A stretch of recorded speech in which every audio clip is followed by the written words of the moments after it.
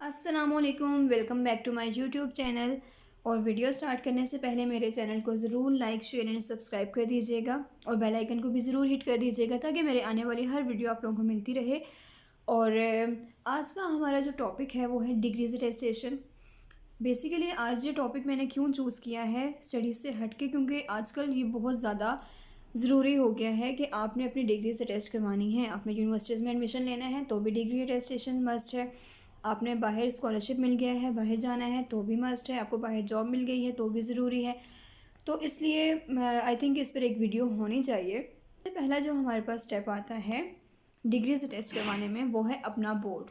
आपने मैट्रिक या एफएससी या कुछ भी किया हुआ है तो सबसे पहले जो आपने करवाना है अपने ही बोर्ड से अटेस्ट करवानी है। लाइक अगर आपका फेडरल बोर्ड है आप फेडरल बोर्ड से करवाएंगे, अगर आपका पिंडी बोर्ड है आप पिंडी बोर्ड से करवाएंगे। आपको कोई भी बोर्ड है आप सबसे पहले अपनी मैट्रिक या एफएससी जो भी आपने की हुई है लेकर बोर्ड में जाएंगे। वो आपको एक पेपर निकाल कर दे देंगे, ठीक है। वो पेपर उस पर वेरीफाई लिखा हुआ होगा ऑलरेडी, आपने वो पेपर ले लेना है। उसके बाद नेक्स्ट जो स्टेप आएगा मींस कि आपके अपने बोर्ड से अब वो अटेस्ट हो गई है और इस पर ज़्यादा टाइम नहीं लगता।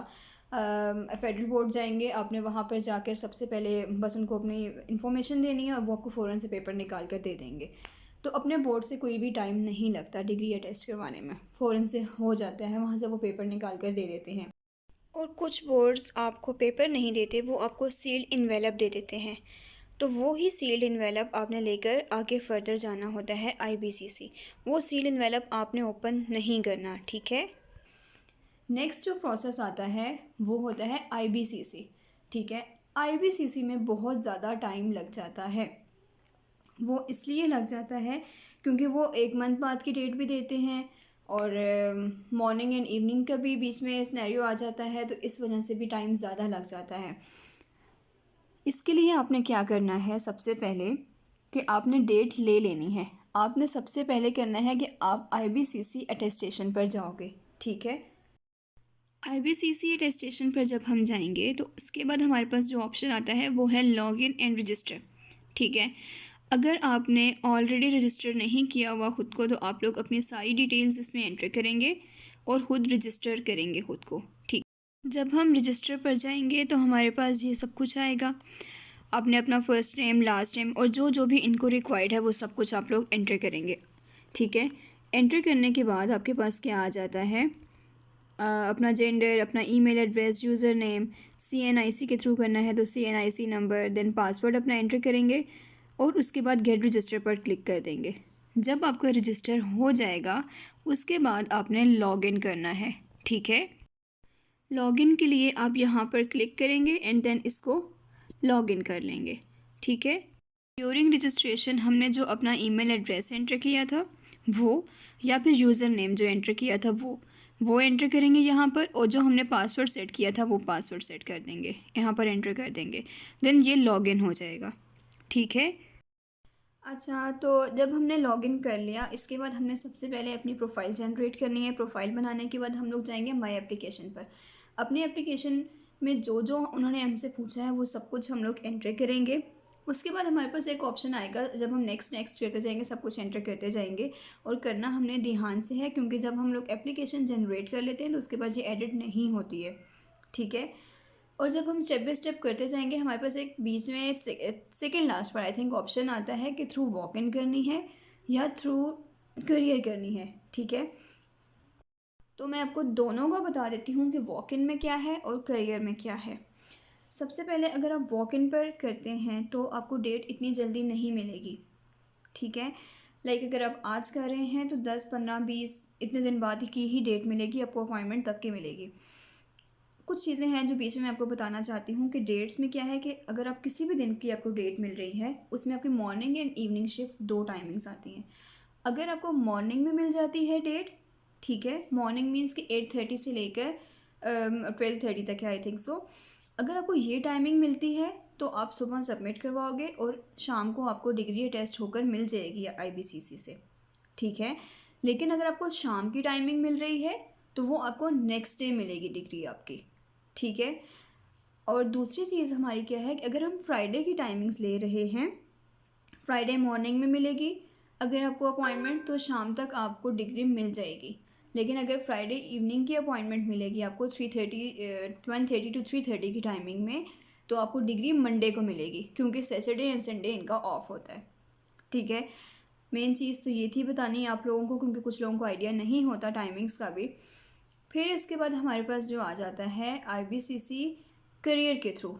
करियर के थ्रू अगर आप कहीं पर भी चले जाएं, TCS चले जाएं या जिस तरह भी आप करवाना चाहें, TCS वालों का भी इनके साथ लिंक्ड है, तो आपको अपने सारे पेपर्स लेकर जाने पड़ेंगे। वो अपने सारे पेपर्स चेक करेंगे, जो जो रिक्वायर्ड हैं पेपर्स, और फिर वो आपकी करियर कर देंगे।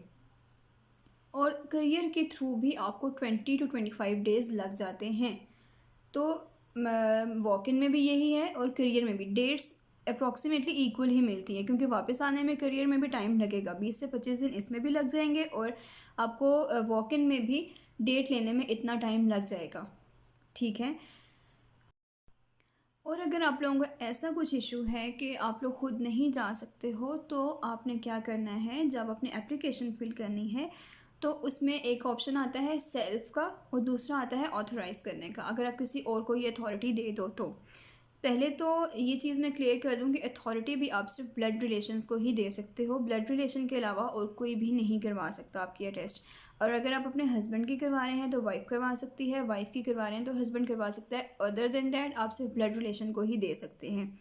ठीक है, ब्लड रिलेशन के अलावा अगर कोई सेकंड पर्सन जाएगा तो वो टेस्ट नहीं करेंगे, या आप खुद जा सकते हैं या ब्लड रिलेशन जा सकता है।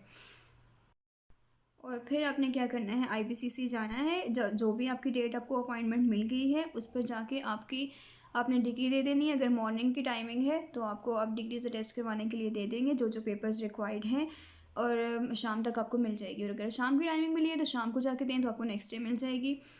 लेकिन एक चीज़ मैं आपको बता दूं कि पेपर्स में क्या है कि आपने अपने सारे पेपर्स लेकर जाने हैं, क्योंकि आइडिया नहीं होता कि कौन कौन से पेपर्स चाहिए होते हैं। आपने क्या चीज़ें टेस्ट करवानी है तो उसके मुताबिक ही आपको पेपर्स भी चाहिए होते हैं। तो आपने एक फ़ाइल में अपने सारे ओरिजिनल डॉक्यूमेंट्स ले जाने हैं और उनकी 2-2 कॉपीज़ भी करवा लेनी है। अपने ID कार्ड से लेके, अपनी डिग्री लेकर, अपनी मार्कशीट लेकर, अपना सर्टिफिकेट लेकर, सब कुछ आपने टेस्ट करवाना है, सब कुछ आपने लेकर जाना है अपना साथ। ठीक है, और साथ 2-2 कॉपीज़ भी इसकी लेकर जानी है। साथ एप्लीकेशन फॉर्म भी आपने प्रिंट करवा कर लेकर जाना है, और जो जो भी चीज़ें रिक्वायर्ड हैं। तो मैं यही कहूँगी कि आप लोगों ने अपनी फ़ाइल में अपनी ओरिजिनल हर चीज़ रखनी है, ताकि आपको वहाँ पर जाके इशू ना हो, क्योंकि डेट्स ऑलरेडी बहुत लेट मिलती हैं, और अगर लेट मिलेंगी, आपके पास पेपर्स पूरे नहीं हैं, तो वो फिर आपकी डेट एक्सटेंड हो जाएगी। ठीक है, और आपकी फ़ीस भी ज़ाया हो जाएगी। अगर आपने एक डिग्री टेस्ट करवानी है तो उसकी 1200 फ़ीस है। फिर आगे आप जितनी जितनी करवाते जाएंगे उसके मुताबिक आपकी इंक्रीज़ होती जाएगी। मतलब एक की अगर 1200 है तो करवाएंगे तो 2400 हो जाएगी, इस तरह से। अब नेक्स्ट जो हमारे पास जाता है, IBCC से अटेस्ट होने के बाद आपने कहाँ जाना है, मोफा जाना है, मिनिस्ट्री ऑफ फॉरेन अफेयर्स। अगर आपको बाहर कहीं जाना है तो, लेकिन अगर आपको सिर्फ पाकिस्तान में ही यूनिवर्सिटी में एडमिशन लेना है तो IBCC तक ही होगा। ठीक है, देन आप जाओगे ministry of foreign affairs. Ministry of foreign affairs में जाने के लिए भी ज़रूरी है कि आपको सुबह सुबह ही वहाँ पर पहुँच जाना है।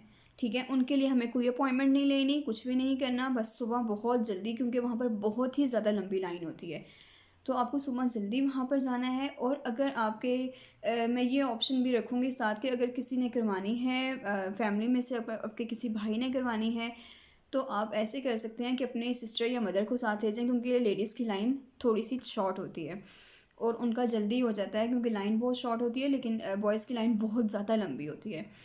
और लेकिन इसके लिए भी ज़रूरी है कि आप मॉर्निंग में वहाँ पर काफ़ी जल्दी पहुँच जाएँ, क्योंकि 6:30 तक वहाँ पर होंगे, तो तभी आपका टाइम पर आपको सब कुछ वापस मिलेगा। फिर उसके बाद आपने क्या करना है, मोफा जाएंगे, वहाँ पर वो टोकन देंगे एंड देन आपकी पेपर देंगे, वो फिल करेंगे, एंड वहाँ पर शॉर्ट सा ही प्रोसीजर है। फिर आपकी नंबर जैसे ही आएगा वो सबमिट कर लेंगे, एंड देन 1 या 2 घंटे के बाद आपको वो वापस दे देंगे। मोफा से करवाना ईजी है।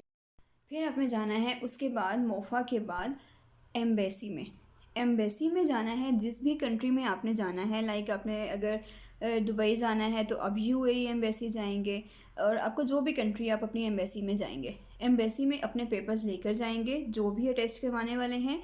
एम्बेसी वाले तब टेस्ट करेंगे जब पीछे 3 जगहों से अटेस्ट हो चुके होंगे। सबसे पहले अपना board, then IBCC and then उसके बाद मोफा।